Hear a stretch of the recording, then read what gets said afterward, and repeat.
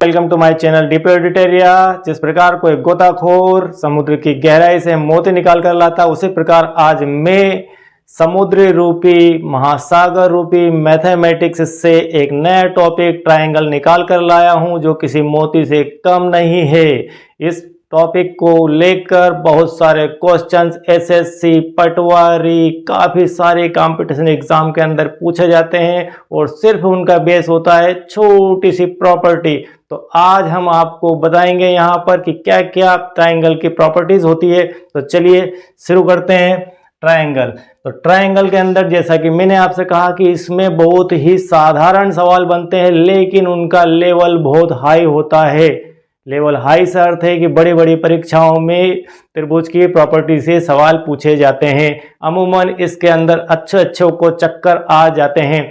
तो देखिए, मैं आपको एक छोटा सा नमूना बताता हूं कि इस प्रकार के क्वेश्चन पूछे जाते हैं। मान लीजिए कोई त्रिभुज आपको दिया है, यहाँ पर त्रिभुज के अंदर आपको कंप्लीट जैसे ये ए, बी और सी भुजाएं हैं। ए भुजा की वैल्यू 6 दे दी, सी की वैल्यू मान लीजिए 4 दे दी। तो आपसे कहे कि इस बी की वैल्यू क्या होगी, आप बताइए। ये काम आपको मात्र 2 से 3 सेकंड के अंदर करके देना है। बस कंपटीशन एग्जाम के अंदर इतना ही समय आपके पास रहता है। तो इस प्रकार के सवाल हायर लेवल एग्जाम से लेकर लोअर लेवल एग्जाम सभी में पूछे जाते हैं, और इसमें हमें सबसे ज्यादा ध्यान देने की जरूरत है, तो वो है ट्रायंगल की प्रॉपर्टी। ट्रायंगल के बारे में सारी जानकारी हमें होना चाहिए। तो चलिए हम आपको बताएंगे। मैं इस सवाल का आंसर आपको लास्ट में बताऊंगा। मैं क्या बताऊंगा, आप खुद इस सवाल को कर लेंगे बड़ी ही आसानी से 1 से 2 सेकंड में। ये मेरा दावा है। बिना स्किप किए आप इस वीडियो को पूरा देखते जाइए। तो चलिए शुरू करते हैं हम हमारा टॉपिक आज का ट्रायंगल।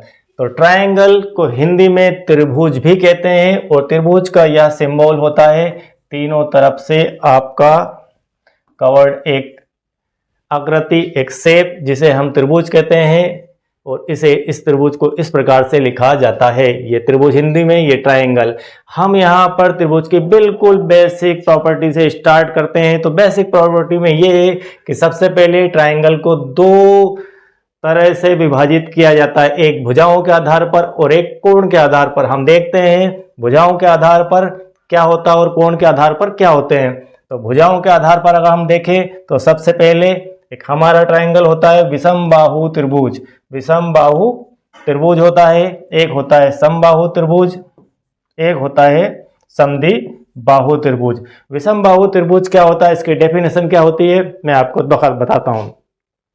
विषमबाहु त्रिभुज के अंदर तीनों भुजाएं विषम होती है। जिस त्रिभुज की तीनों भुजाएं अलग अलग हो, विषम हो, उनकी लेंथ अलग अलग हो, उनके मान अलग अलग हो, ऐसे ट्रायंगल को हम जो है विषमबाहु त्रिभुज कहते हैं। जैसे कि ये कोई ऐसा त्रिभुज यहाँ पर बना देता हूं मैं, इसमें ए, बी और सी। ए, बी और सी तीनों के मान बिल्कुल अलग अलग हैं, बिल्कुल अलग अलग है।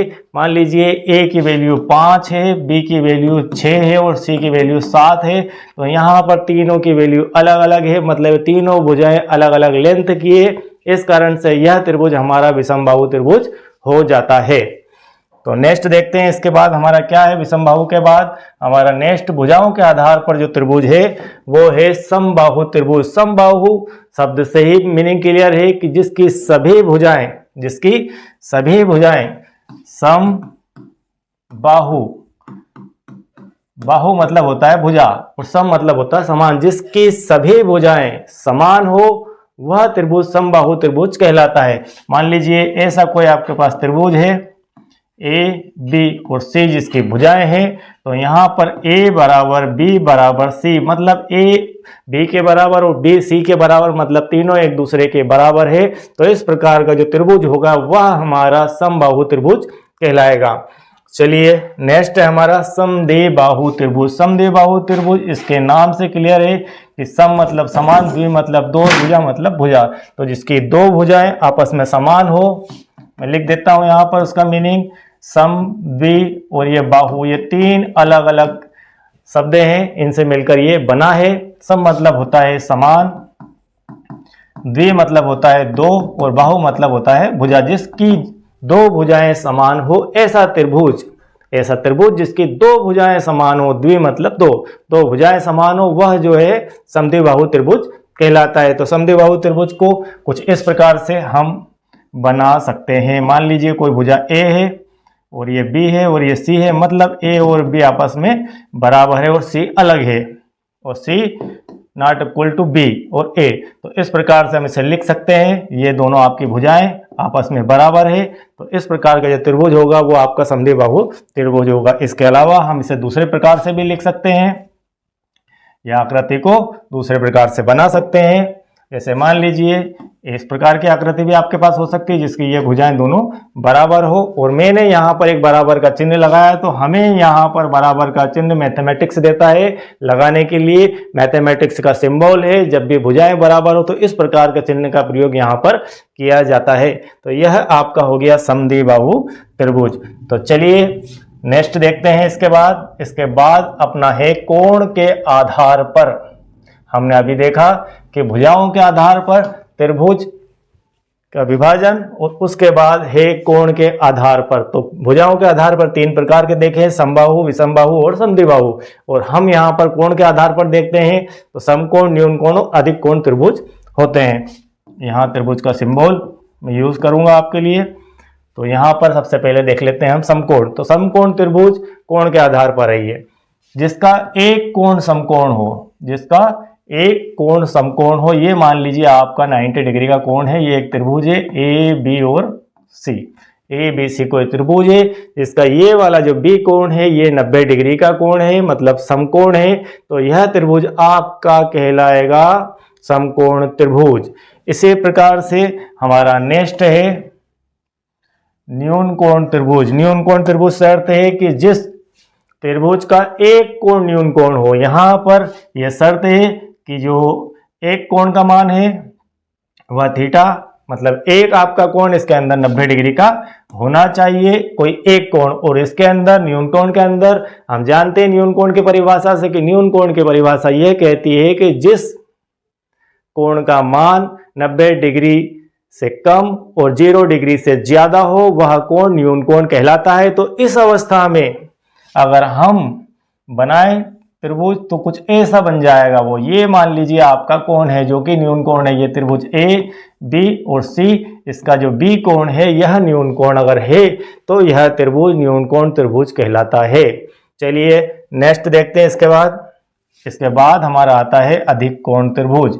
अधिक कोण त्रिभुज की परिभाषा, हमें अधिक कोण की परिभाषा मालूम है। अधिक कोण किसे कहते हैं? वह कोण जिसका मान 90 डिग्री से ज्यादा हो और 180 डिग्री से कम हो, मतलब 90 और 120 के कोण को हम जो है अधिक कोण कहते हैं, और उसी से बने त्रिभुज को अधिक कोण त्रिभुज कहेंगे। मान लीजिए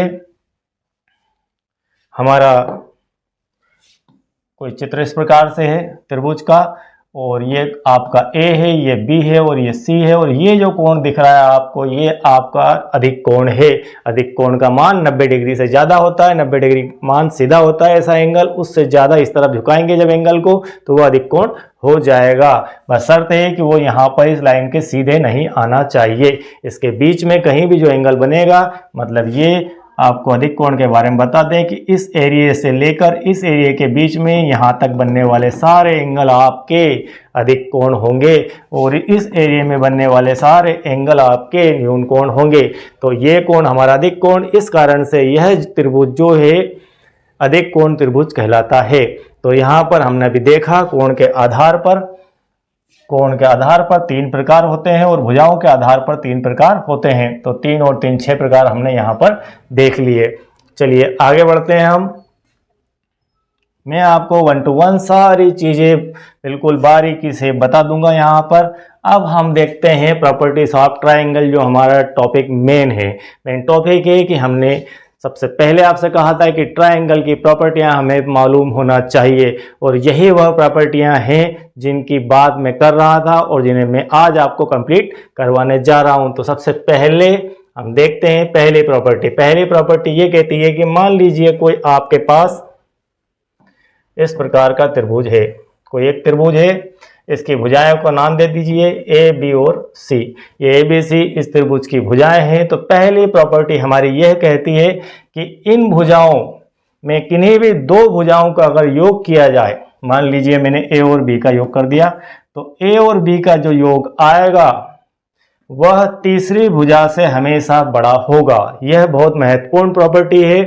किन्हीं भी दो भुजाओं का योग तीसरी भुजा से हमेशा बड़ा होगा। हम दूसरी भुजा ले लेते हैं, जरूरी नहीं कि ये ए और बी ले, आप बी और सी भी ले सकते हैं। बी और सी का योग आपका ए से बड़ा होगा। इसी टाइप से सी और ए का जो योग है वो बी से बड़ा होगा। मतलब किन्हीं दो भुजाओं का योग तीसरी भुजा से हमेशा ज्यादा होगा। यह त्रिभुज की एक बहुत महत्वपूर्ण या आईएमपी प्रॉपर्टी है। तो ठीक है, इससे आगे बढ़ते हैं हम। जब इससे आगे बढ़ते हैं तो हमारी नेक्स्ट प्रॉपर्टी ये थी हमारी योग वाली प्रॉपर्टी। इसके विपरीत हम लेंगे इसके अंतर वाली प्रॉपर्टी। ये हमारा ए, ये बी और सी। अंतर की प्रॉपर्टी में हम देखते हैं कि जब किन्हीं दो भुजाओं के बीच में अंतर किया जाए, मान लो ए को बी से घटाया जाए, तो ए को जब हम बी से घटाएंगे, जो तीसरी भुजा है उसका मान हमेशा इन दोनों घटाई हुई भुजा से ज्यादा होगा। मतलब a माइनस बी की वैल्यू c से कम होगी। पहली कंडीशन में इन दोनों को जब योग किया था तो योग ज्यादा था, और दूसरी कंडीशन में तीसरी भुजा से अंतर कम है। मतलब दूसरी प्रॉपर्टी के अंदर जब हम एक भुजा से दूसरी भुजा को घटाएंगे तो उसका मान तीसरी भुजा से कम आएगा। इसको हम इस प्रकार से भी लिख सकते हैं, b माइनस सी लेस देन ए और c माइनस ए लेस देन b। मतलब किन्हीं दो भुजाओं को, किन्हीं भी दो भुजाओं को आपकी इच्छा अनुसार किसी भी भुजा को किसी भुजा से आप घटा सकते हैं। उस घटाए गए भुजा के मान में, मतलब जो मान आएगा, जो वैल्यू आएगी घटाने के बाद, वह तीसरी भुजा से हमेशा कम ही होगी।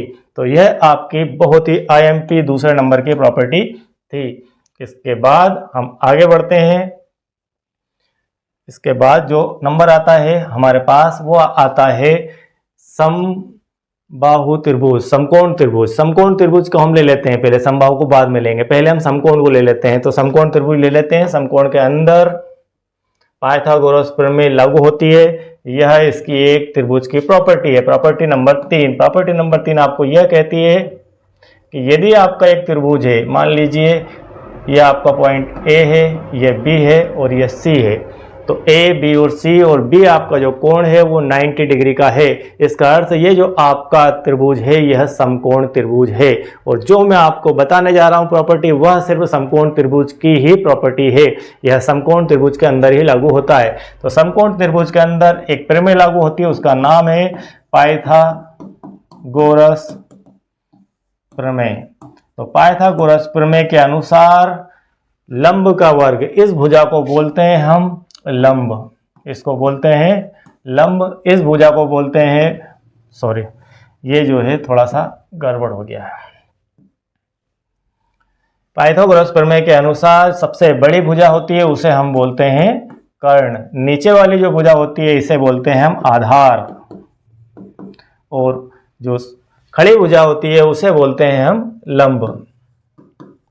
तो यहां पर पाइथागोरस प्रमेय के अनुसार कर्ण का वर्ग, कर्ण बोले तो AC, AC का वर्ग बराबर लंब का वर्ग मतलब AB का वर्ग धन BC का वर्ग होता है। तो यहाँ पर जो सबसे बड़ी भुजा होती है उसको इस प्रकार से पढ़ा जाता है कि जो सबसे बड़ी भुजा होती है उसका वर्ग अन्य दो भुजाओं के वर्गों के योग के बराबर होता है। और यह प्रॉपर्टी सिर्फ और सिर्फ समकोण त्रिभुज के लिए ही लागू होती है। ये विषमबाहु और समद्विबाहु के अंदर काम नहीं करता है। मैं अगर कहूं तो यह त्रिभुज भी समद्विबाहु त्रिभुज हो सकता है, इसकी दोनों भुजाएं आपस में बराबर हो सकती है, लेकिन ये समकोण पहले है, समद्विबाहु बाद में है। तो हम इसे स्पेशल रखेंगे सिर्फ समकोण त्रिभुज की प्रॉपर्टी के रूप में। तो यहाँ पर आपने प्रॉपर्टी नंबर 3 देखी समकोण त्रिभुज की। चलिए आगे बढ़ते हैं। इसके बाद हमारा नेक्स्ट नंबर आता है विषमबाहु त्रिभुज का। विषमबाहु त्रिभुज की हम प्रॉपर्टी देखते हैं। हम अभी प्रॉपर्टी देख रहे हैं भुजाओं के आधार पर, ये सब प्रॉपर्टियां भुजाओं के आधार पर देख रहे हैं। तो विषमबाहु त्रिभुज हम बना लेते हैं एक विषमबाहु त्रिभुज। ये विषमबाहु त्रिभुज बना लिया, मान लीजिए ये ए है, ये बी है और ये सी है। ये हमारा एक विषमबाहु त्रिभुज बना हुआ है। इस विषमबाहु त्रिभुज का यदि हमें परिमाप निकालना हो, किसी भी त्रिभुज का परिमाप निकालना हो, चाहे वो विषमबाहु हो, चाहे वो समबाहु हो, चाहे समद्विबाहु हो, कोई भी त्रिभुज हो, उसका परिमाप निकालने के लिए हम जानते हैं कि परिमाप का सीधा सीधा अर्थ होता है कि सभी भुजाओं का योग हमें करना होता है। तो यहाँ पर इसका P निकालेंगे, जब P की वैल्यू निकालेंगे तो A प्लस बी प्लस सी यहाँ पर आ जाती है। P बोले तो पेरीमीटर, पेरीमीटर मतलब परिमाप, परिमाप का अर्थ है कि तीनों भुजाओं का योग, तीनों भुजाओं की कुल माप को आप जोड़ दीजिए तो आपका परिमाप आ जाएगा। अब इसके बाद एक और शब्द इसके साथ इंक्लूड होता है, वह होता है अर्ध परिमाप, वह होता है अर्ध परिमाप। अर्ध परिमाप की यहाँ आवश्यकता त्रिभुज के संदर्भ में लगती है। अर्ध परिमाप को हम लिखते हैं S, S बराबर होता है A plus B plus C बटे 2। यह आपको बिल्कुल याद होना चाहिए कि S equal to A plus B plus C बटे 2, और S को हम कहते हैं त्रिभुज के संदर्भ में अर्ध परिमाप, अर्ध परिमाप कहते हैं इसको। तो ये सेमी पैरामीटर है, इसलिए इसको अर्ध परिमाप कहा जाता है, और इसमें तीनों भुजाओं के योग से 2 का भाग दे देंगे तो ये शब्द आपका अर्थ क्लियर हो जाएगा। अर्ध का मतलब होता है आधा, परिमाप का आधा अर्ध परिमाप कहलाता है, और यह विषमबाहु त्रिभुज के क्षेत्रफल निकालने में काम आता है। तो हम जब उसकी बात करेंगे तब इसे अप्लाई भी करेंगे। तो चलिए आगे बढ़ते हैं। ये मैंने देखा है आपको, अभी हमने देखा भुजाओं के आधार पर प्रॉपर्टी। अब हम कुछ देख लेते हैं प्रॉपर्टी कोण और भुजा के आधार पर, कि जिसमें कोण और भुजा दोनों मिक्स हो। तो यहाँ पर इसमें पहली प्रॉपर्टी आती है हमारी, मान लीजिए आपका कोई इस प्रकार से त्रिभुज है, इस त्रिभुज के अंदर मैं कोण भी बना देता हूँ और भुजाएं भी बना देता हूँ। ये मान लीजिए A, B और C भुजा है, ये आपका X कोण है, ये Y कोण है और ये Z कोण है। अगर आपसे ये पूछा जाए, अगर आपको तीनों कोण दे दिए जाए, तीनों कोण दे के और पूछा जाए और तीनों भुजा ना दी जाए, आपको 3 कोण दे दिए जाए और पूछा जाए कि इस त्रिभुज की सबसे बड़ी भुजा कौन सी होगी, तो हम कोण को देखकर ये बता सकते हैं कि इसकी सबसे बड़ी भुजा कौन सी होगी। तो यहाँ पर प्रॉपर्टी ये कहती है, कोण और भुजा के आधार पर प्रॉपर्टी का मीनिंग ये है कि जो भी कोण त्रिभुज का सबसे बड़ा होगा उसके सामने वाली भुजा ही सबसे बड़ी होगी। मान लीजिए कि यहाँ पर जो X कोण है वो सबसे बड़ा कोण है।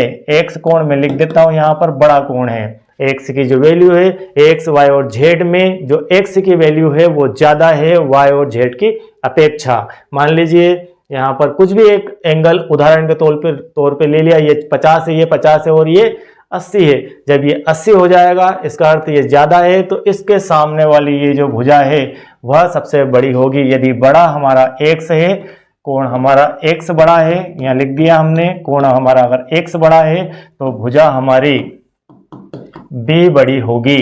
यहाँ पर क्लियर है कि जहाँ जो कोण बड़ा होगा उसके सम्मुख भुजा, उसके सामने वाली भुजा ही बड़ी भुजा होगी। इसके विपरीत एक प्रॉपर्टी और होती है, वो होती है छोटे कोण वाली। ये प्रॉपर्टी अगली प्रॉपर्टी है इसी टाइप से। मान लीजिए प्रॉपर्टी नंबर 2 है ये हमारी। मान लीजिए कि ये जो X कोण है ये आपका इन तीनों कोणों में सबसे छोटा कोण है। ये जो X कोण है, X छोटा कोण है, ये तीनों कोणों में सबसे छोटा कोण है। अगर X आपका सबसे छोटा कोण है तो इसके सामने वाली जो भुजा होगी वह भुजा आपके त्रिभुज की तीनों भुजाओं में सबसे छोटी भुजा होगी। ये आपकी प्रॉपर्टी है और इसे आपको ध्यान रखना है। तो अगर X आपकी छोटी X आपका छोटा कोण है तो आपकी जो B भुजा है वह भी छोटी भुजा होगी। छोटी भुजा किन में होगी? A, B और C के अंदर यह आपकी B सबसे छोटी भुजा होने वाली है। यदि आपका कोण X, Y और Z में X कोण छोटा है तो B आपकी जो भुजा होगी उसके सम्मुख भुजा वो सबसे छोटी होगी। तो हमने 2 प्रॉपर्टियां देखी, इसके अंदर यह सीखा कि किसी त्रिभुज के तीनों कोण और तीनों भुजाओं में सबसे बड़े कोण के सम्मुख वाली भुजा हमेशा सबसे बड़ी होगी और सबसे छोटे कोण के सामने वाली भुजा सबसे छोटी होगी। तो यह जो है बहुत ही महत्वपूर्ण प्रॉपर्टी है जिसे हमें ध्यान में रखना चाहिए। मैं पढ़ाते समय आपसे बिल्कुल भी शेर व शायरी की विषय की बात नहीं करूंगा। मैं यहाँ पर आपको क्लास दे रहा हूँ, पढ़ा रहा हूँ। प्रॉपर्टी अगली है हमारे पास त्रिभुज वो दिया है। समकोण त्रिभुज तो हम देख चुके हैं समकोण त्रिभुज के विषय में, अभी हमने जस्ट पाइथागोरस प्रमेय देखी इससे पहले वाली स्लाइड के अंदर कि तीसरी जो बड़ी भुजा होती है उसका वर्ग अन्य दो भुजाओं के वर्गों के योग के बराबर होता है। तो इसके अंदर एंगल फिर से इसको बना के बता देते हैं हम आपको, इसमें कोण भी है और भुजा भी है, इसलिए मैंने इसे कोण और भुजा के अंदर भी रखा है कि कोण और भुजा दोनों की मिक्स प्रॉपर्टी के अंतर्गत यह आता है। तो चलिए इसके बाद आगे बढ़ते हैं हम। इसके बाद हमारा नंबर आता है कि त्रिभुज के बाह्य कोण का। मान लीजिए इस प्रकार आपका कोई त्रिभुज दिया है, इस प्रकार कोई त्रिभुज आपका दिया है, ये आपका एक कोण है इस त्रिभुज का, ये भी एक कोण है, ये मान लीजिए एक्स कोण है, ये वाई कोण है और ये वाला जो है कोण जेड कोण है। तो हम इसे इन दोनों कोणों को कहेंगे आंतरिक कोण और यह त्रिभुज का बाह्य कोण कहलाता है। तो इस प्रॉपर्टी के अंतर्गत दो आंतरिक कोणों का योग बाह्य कोण के बराबर होता है। मतलब अगर आपके ये दो कोण एक्स और वाई दिए हैं तो इन दोनों का योग इस जेड के बराबर होगा। यह आपको अगर दे दिया यहाँ पर कि एक्स का मान लीजिए एक्स की वैल्यू यहाँ पर 50 है, एक्स की वैल्यू मान लीजिए एक्स बराबर यहाँ पर दिया है 50 डिग्री और वाई बराबर आपको दिया है 50 डिग्री, तो आपका जो जेड होगा उसकी वैल्यू होगी 100 डिग्री। यहाँ पर 100 डिग्री इसका मान हो जाएगा। थोड़ा सा इसका एनालिसिस भी हम कर लेते हैं कि ये जेड का मान आपका हो जाएगा 100 डिग्री। हम एक सीधी रेखा पर हम थोड़ा सा यहाँ पर पेन चेंज कर लेते हैं, विषय भी चेंज होने वाला है थोड़ा सा। एक सीधी रेखा, इस सीधी रेखा पे ऊपर अगर इस कोण को देखें तो इसका मान होता है 180 डिग्री। इसमें ये वाला कोण को इस प्रकार से हम देख सकते हैं। मान लीजिए कि आपका ये जो कोण है ये 100 डिग्री का हो चुका है। अगर ये 100 डिग्री का है तो जो बचता है वो कोण कितने डिग्री का बचता है? यहाँ पर ये जो कोण है आपका, ये वाला जो कोण है ये कितने का बचता है? ये 100 का हो गया, तो ये बच गया हमारे पास 80 डिग्री का। हम जानते हैं कि त्रिभुज के तीनों अंदर के कोणों का योग 180 डिग्री होता है। तो ये जो कोण आपका आ गया ये आ गया 80 डिग्री। अब देख लेते हैं 50 50 100 और 80 180। मतलब हमने जो प्रॉपर्टी यहाँ पर देखी वो बिल्कुल सत्य प्रॉपर्टी है, इसको हमने प्रूव भी करके यहाँ पर देख लिया है। तो इस प्रकार से मैथमेटिक्स में हर जगह आपको मैं बार बार कहता हूँ कि थोड़ा सा कॉन्सेप्ट को अपने हिसाब से प्रूव करके देखिए। आपकी बुक में जो लिखा है वो ठीक ही लिखा है, लेकिन किसी ने पढ़ाया वो भी ठीक ही पढ़ाया है, लेकिन इसके आजू बाजू की कुछ चीज़ों को मिलाकर हमें कुछ करना चाहिए। तो इससे हम अगर इस प्रकार से करेंगे तो हमें कुछ ज़्यादा याद रखने की आवश्यकता नहीं होगी। तो चलिए इसके बाद हम नेक्स्ट देखते हैं। हमारा अभी एक शब्द और यूज किया है हमने कि त्रिभुज के तीनों कोणों का योग 180 डिग्री होता है, वो हम इसके बाद देखेंगे। इसके बाद मान लीजिए कि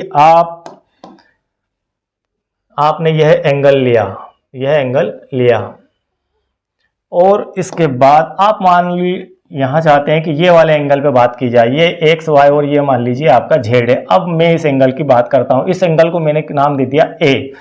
अगर इसको नाम ए दे दिया तो इसकी वैल्यू, ए की जो वैल्यू होगी वो एक्स और जेड के बराबर होगी। यहाँ पर अब कौन, ये एक्स और ये जेड, इन दोनों का योग इस ए के बराबर होगा। मतलब किन्हीं दो आंतरिक कोणों का योग बाह्य कोण के बराबर होता है।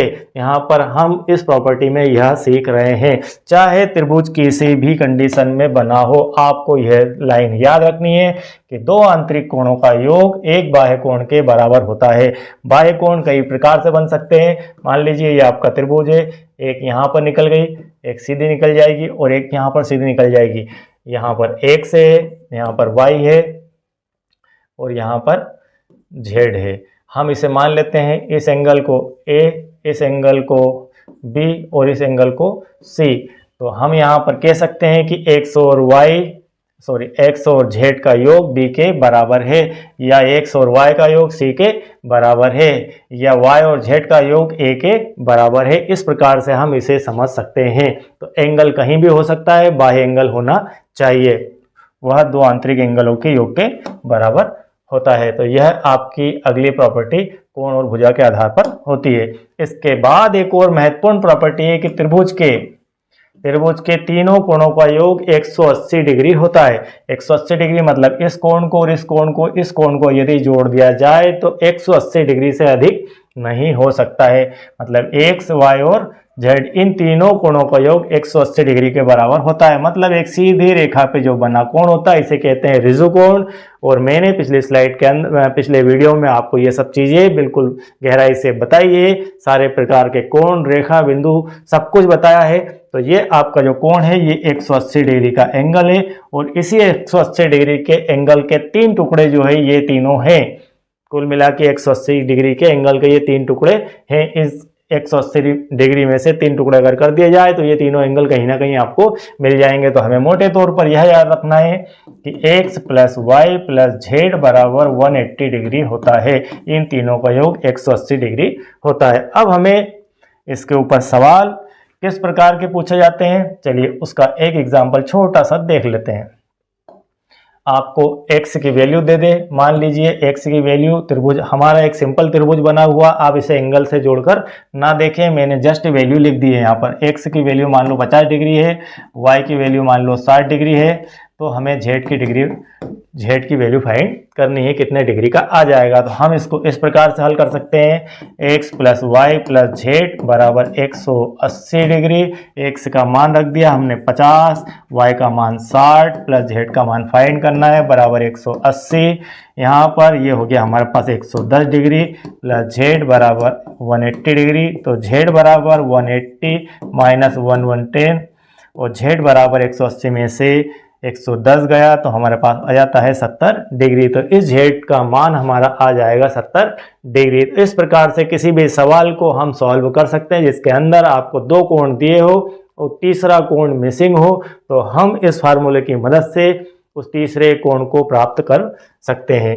तो ये हुआ आपका कोण और भुजाओं के आधार पर प्रॉपर्टी का विश्लेषण कि किस किस प्रकार से त्रिभुज की प्रॉपर्टियां होती है और किस किस प्रकार से यह फार्मूला के रूप में काम भी आती है। चलिए आगे बढ़ते हैं। इसके बाद हमारा जो समकोण त्रिभुज है या इसका सभी त्रिभुजों के एरिया जो है वो किस किस सूत्र से फाइंड किए जाते हैं वह हम देख लेते हैं। तो सबसे पहले नंबर आता है हमारा समकोण त्रिभुज। मान लीजिए ये आपका कोई समकोण त्रिभुज है। इस समकोण त्रिभुज में इसको B बोलते हैं और इसे H बोलते हैं। H हमेशा हाइट होती है और हाइट जो है आपके मकान की हाइट भी सीधी ऊपर की तरफ ही जाएगी, तो ऊपर की तरफ जाने वाली प्रत्येक रेखा आपकी हाइट ही कहलाती है। और B से मतलब होता है बेस, B से मतलब होता है बेस, बेस मतलब होता है हिंदी में आधार। तो आधार हमेशा नीचे की तरफ ही होता है, तो इसलिए हम नीचे की तरफ जो भुजा रहती है उसे B कहते हैं और खड़ी भुजा को हम H कहते हैं। तो यहाँ पर समकोण त्रिभुज का क्षेत्रफल फाइंड करने का फार्मूला होता है, मतलब समकोण त्रिभुज का यदि हमें एरिया निकालना हो तो 1/2 B गुणित H लिखा जाता है। 1/2 B गुणित H से हम इसका क्षेत्रफल निकाल सकते हैं समकोण त्रिभुज का। अगला जो है हमारे पास है विषम बाहु त्रिभुज। विषम बाहु त्रिभुज मतलब जिसकी तीनों भुजाएं अलग अलग हो। हम पहले देख चुके हैं, मान लीजिए ये A है, ये B है और ये। इस प्रकार के त्रिभुज का जब हम क्षेत्रफल निकालते हैं, जब हम एरिया निकालते हैं, तब हमें एक फार्मूले की आवश्यकता होती है एरिया निकालने की, और वह फार्मूला हमारा होता है A बराबर √S minus A S minus B and S minus C। इस प्रकार से यह फार्मूला होता है। इसके अंदर जो S होता है वह होता है अर्ध परिमाप। S बराबर होता है A plus B plus C/2। S की वैल्यू हमें चाहिए होती है इस फार्मूले के अंदर रखने के लिए, तो S की वैल्यू हम निकालते हैं तीनों भुजाओं के योग में 2 का भाग देकर। इस प्रकार आप किसी भी विषमबाहु त्रिभुज का क्षेत्रफल फाइंड कर सकते हैं यदि उसकी तीनों भुजाएं दी गई हो तो। चलिए इसके बाद हमारा जो नेक्स्ट है वो है समद्विबाहु त्रिभुज। समद्विबाहु त्रिभुज का हमने अभी देखा समकोण त्रिभुज का एरिया किस प्रकार से निकालते हैं, उसके बाद विषमबाहु का किस प्रकार से निकालते हैं। अब हमारा जो नेक्स्ट आता है वह आता है समबाहु त्रिभुज। समबाहु त्रिभुज मतलब जिसकी तीनों भुजाएं समान हो। अभी हमने इससे पहले देखा विषमबाहु जिसकी तीनों भुजाएं अलग अलग हो। हम देख रहे हैं अब समबाहु जिसकी तीनों भुजाएं एक बराबर हो, मतलब ये तीनों भुजाएं बराबर है। ये आपकी ए, ये बी और सी, मतलब ए बराबर बी बराबर सी। इस प्रकार का कोई इस मान का त्रिभुज है इसकी तीनों भुजाएं आपस में बराबर है, जिन तीनों भुजाओं की लंबाई आपस में बराबर है, उसे हम समबाहु त्रिभुज कहेंगे। तो इसका क्षेत्रफल निकालने का फार्मूला है ए बराबर √3/4 इंटू ए स्क्वायर। ए क्या है यहाँ पर, ए उसकी एक भुजा का मान है, चाहे आप यहाँ ए समझ लीजिए, बी समझ लीजिए, सी समझ लीजिए, तीनों भुजाएं इसकी बराबर है, मतलब ए, बी और सी तीनों के मान आपस में बराबर है, इसलिए आप इन तीनों को ए भी लिख सकते हैं और लिखेंगे भी। लेकिन मैंने आपको समझाने के लिए यहाँ पर 3 ABC लिया और तीनों को यहाँ पर बराबर दिखाया है। तो कुल मिला के हमारा जो फार्मूला बनता है एरिया का इस प्रकार से बनता है कि area equal to √3/4 into A square भुजा का वर्ग। ये हमारा समबाहु त्रिभुज का क्षेत्रफल निकालने का फार्मूला होता है। तो चलिए इसके बाद हमारा जो नेक्स्ट है और लास्ट है समद्विबाहु त्रिभुज। समद्विबाहु त्रिभुज, समद्विबाहु त्रिभुज का सीधा सा अर्थ होता है कि जिसकी दो भुजाएं समान हो, ऐसे त्रिभुज को हम समद्विबाहु त्रिभुज कहते हैं। मान लीजिए एक आपका समकोण त्रिभुज भी होता है जिसके अंदर भी दो भुजाएं बराबर होती है और एक इस टाइप की आकृति भी होती है जिसकी दो भुजाएं आपस में बराबर होती है। तो जनरली इसके अंदर यह फार्मूला यूज किया जाता है और ये आपकी तीसरी भुजा अलग होती है, मतलब ये ए है, ये बी है, ये सी है। हम इसे लिख सकते हैं ए बराबर सी नॉट ए बराबर बी नॉट इक्वल टू सी। ए और बी की वैल्यू तो आपस में बराबर है लेकिन सी की वैल्यू आपस में बराबर नहीं है। इस प्रकार से हम इसे गणित की भाषा में लिख भी सकते हैं। तो इसका क्षेत्रफल निकालने का हमारे पास एक फार्मूला होता है ए बराबर b/4। ये जो फार्मूला है ये फार्मूला एक अलग तरह से डिज़ाइन किया गया है।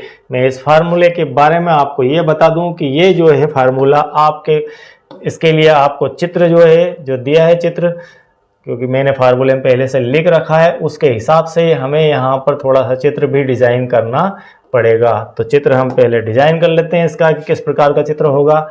ये आपकी दोनों भुजाएं हैं ए वाली और ये आपकी हो गई बी वाली। अगर ये दोनों आपके बराबर भुजाएं ए है और ये बी है तो आपका जो फार्मूला होगा यहाँ पर एरिया का वो होगा b/4 √4a² minus B square. ये आपका एरिया निकालने का फार्मूला हो जाएगा। ए बराबर b/4 √4a² minus B square. इस फार्मूले से आप किसी भी समद्विबाहु त्रिभुज का क्षेत्रफल निकाल सकते हैं, का एरिया निकाल सकते हैं। यहाँ पर ये इसकी हाइट होती है। हम हाइट के विषय में नेक्स्ट स्लाइड में चर्चा करेंगे। तो चलिए इसके बाद आगे बढ़ते हैं। हमारा जो है शब्द है हाइट। इसके अंदर काफ़ी सारा कन्फ्यूजन रहता है कि हाइट कैसे निकाली जाए, किसकी हाइट और कहाँ पर हाइट। मान लीजिए आपको कोई त्रिभुज ऐसा दिया हो, कोई एक त्रिभुज सीधा सीधा दिया हो और इसकी हाइट की बात की जाए तो ये आपकी, पेन चेंज कर देता हूँ हाइट के लिए, ये आपकी हाइट होगी, उसकी सीधी लाइन आपकी हाइट होगी। मतलब इस त्रिभुज की कुल जमीन से ऊंचाई कितनी है वह आपकी हाइट कहलाएगी। किसी भी आकृति के विषय में, मैं यहाँ पर्टिकुलर त्रिभुज की बात नहीं कर रहा हूँ, कोई भी आकृति हो, चाहे त्रिभुज हो चाहे चतुर्भुज हो, हमारे नेक्स्ट पार्ट के अंदर हम चतुर्भुज भी लेकर आएंगे, उसकी प्रॉपर्टीज देखेंगे, उसके सारा फीचर देखेंगे। तो यहाँ पर हम सभी आकृतियों की बात कर रहे हैं, हाइट की बात कर रहे हैं। तो हाइट जो है कुल मिला के उसकी हाइट कितनी है वह देखी जाएगी और उसे हम एच कहेंगे। कभी कभी बड़ा कन्फ्यूजन होता है कि मान लीजिए आपका कोई त्रिभुज इस आकार का है, ये इसका शेप है इस त्रिभुज का शेप ये है। थोड़ा सा और इसको ठीक कर लेते हैं शेप को। मान लीजिए इस टाइप से कोई आकार है, इस टाइप से आकार है। आपसे कहा जाए कि इस त्रिभुज की हाइट क्या है, तो इस त्रिभुज की हाइट देखने के लिए हमें ये करना होगा, हम इस भुजा को आगे की तरफ बढ़ाएंगे बिल्कुल इसके बराबर से और यहाँ से हम इसको देखेंगे और ये हमारी होगी हाइट, इसे हम कहेंगे हाइट। जनरली ये समझते हैं कि या तो हाइट इस तरफ होगी तो ये आपकी हाइट नहीं है। अगर इस तरफ से आपने नाप दी तो यह भी आपकी हाइट नहीं है। आपकी जो हाइट होने वाली है त्रिभुज की या किसी भी आकृति की, वो जमीन से लेकर जहां उसका बेस है, जमीन से अर्थ है बेस, जिस बेस पे वो टिका हुआ है यह उसका बेस है, इस बेस से लेकर यहाँ तक की जो ऊंचाई है वह उसकी हाइट कहलाती है। मान लीजिए यह आपका एक माउंटेन टाइप से बना हुआ है, कोई ग्राफ बना हुआ है। इस ग्राफ की हाईएस्ट जो वैल्यू है, जो हाईएस्ट वैल्यू है वो यहाँ पर है, ये पीक वैल्यू यहाँ पर है, ये सभी ग्राफ की वैल्यू है, लेकिन हाइट यहाँ पर मैक्सिमम है। तो जो मैक्सिमम हाइट है वही इसकी हाइट कहलाएगी, मतलब ये वाली जो है इसकी हाइट कहलाएगी। यदि इस प्रकार से 1 2 3 4 5 6 करके दे दिया जाए इसकी मैक्सिमम हाइट, तो मैक्सिमम हाइट हम जो है यहाँ पर देखते हैं। तो इसी प्रकार से त्रिभुज हो, चतुर्भुज हो या अन्य कोई आकृति हो जिसके हाइट के बारे में हमें बात करनी हो, तो उसकी हाइट बिल्कुल स्ट्रेट लेंगे, हम स्ट्रेट लेंगे मतलब वर्टिकल लेंगे, हॉरिजॉन्टल से लेकर वर्टिकल पूरा उसको नाप देंगे। तो यहाँ पर एक बात क्लियर होती है कि हाइट कैसे नापी जाती है। तो चलिए इसके बाद आगे बढ़ते हैं हम। इसके बाद एक शब्द और इनके अंदर यूज किया जाता है, वो होता है लंब। वो होता है लंब। इसका अर्थ होता है कि कोई भी पृष्ठ है, लाइन है, उसके ऊपर एक सीधी लाइन खींची जाए तो यहाँ पर जो कोण बनता है वो 90 डिग्री का अगर कोण बनता है, मान लीजिए ये आपका ए है, ये बी है और ये सी है और ये डी है, तो हम यहाँ पर इसे लिखते हैं कि सी डी लंब ए बी, मतलब ए बी के ऊपर लंब जो है सी डी है। कुल मिलाकर ये चिन्ह जो है इसके ऊपर लगाया भी जाता है उल्टा टी का। और यहाँ पर कई बातें इसके अंदर अपने आप ही प्रदर्शित होती है कि ये जो सी डी है ये ए बी के ऊपर लंब है, और डी जो बिंदु है या सी जो बिंदु, अगर सी यहाँ होता है, डी यहाँ है और डी यहाँ है और सी यहाँ है, तो जो बिंदु ये है इसके ऊपर यहाँ से इसकी दोनों भुजाओं के बीच बनने वाला एंगल 90 डिग्री का होगा। ये फाइनल बात होती है, ये इसकी प्रॉपर्टी है लंब की। तो यहाँ इसकी प्रॉपर्टी भी हमें देखना चाहिए। इस त्रिभुज के विषय में अगर इस प्रकार का त्रिभुज है और ये इसकी हाइट है, चाहे आपके त्रिभुज का आकार हो सकता है ऐसा हो और यहाँ पर इसकी हाइट है, तो ये जो एंगल होगा यह एंगल आपका 90 डिग्री का ही होने वाला है। तो यह हमें बिल्कुल ध्यान में रखना है कि जिस भी भुजा के साथ जो भुजा लंब होती है उन दोनों का जो बिंदु होता है मिलने का, वहाँ पर 90 डिग्री का एंगल बनता है। चलिए इसके बाद हमने एक क्वेश्चन की चर्चा की थी, आपको बताया था कि एक जो क्वेश्चन है उसे मैं सबसे लास्ट में सॉल्व करवाऊंगा। तो आपने बिना स्किप किए वीडियो को देखा, पूरी बात को समझी, तो आपको शायद अब समझ में आ गई होगी बात कि यह सवाल कैसे सॉल्व होने वाला है। तो चलिए इस पे थोड़ा सा और हम चर्चा कर लेते हैं, इस सवाल को देखते हैं। इस प्रकार के सवाल आपको एसएससी, रेलवे सभी एग्जाम के अंदर देखने को मिल जाते हैं। ये इस त्रिभुज ट्रायंगल के लेवल का हायर लेवल क्वेश्चन में आता है, जो बिल्कुल साधारण क्वेश्चन है। मान लीजिए आपकी भुजाएं हैं, यहाँ पर मैं कुछ डायरेक्ट भुजाओं के नाम दे देता हूँ। ये मान लीजिए आपकी 6 है और ये 4 है, और आपको इस भुजा को फाइंड करना है। आपसे पूछ लिया जाए इस प्रकार की कोई आकृति देके कि यहाँ पर एक भुजा 6 है, ये 4 है, तो यह त्रिभुज की भुजा का मान क्या होगा या क्या वैल्यू होगी। तो हम यहाँ पर एक बात ध्यान में रखेंगे कि हमें एक प्रॉपर्टी मालूम है त्रिभुज की, कि त्रिभुज की किन्हीं दो भुजाओं का योग तीसरी भुजा से, हम इसको मान लेते हैं थोड़ी देर के लिए, x मान लिया मैंने इसको, तीसरी भुजा से बड़ा होता है। मतलब अगर मैं 6 को 4 से जोड़ दूं हो जाएगा 10। तो इस 10 का मान हमने प्रॉपर्टी देखी थी भुजाओं के आधार पर ट्रायंगल की, उसमें यह सीखा था कि दो भुजाओं का योग तीसरी भुजा से ज्यादा होता है। मतलब x से इसका मान ज्यादा होगा, 10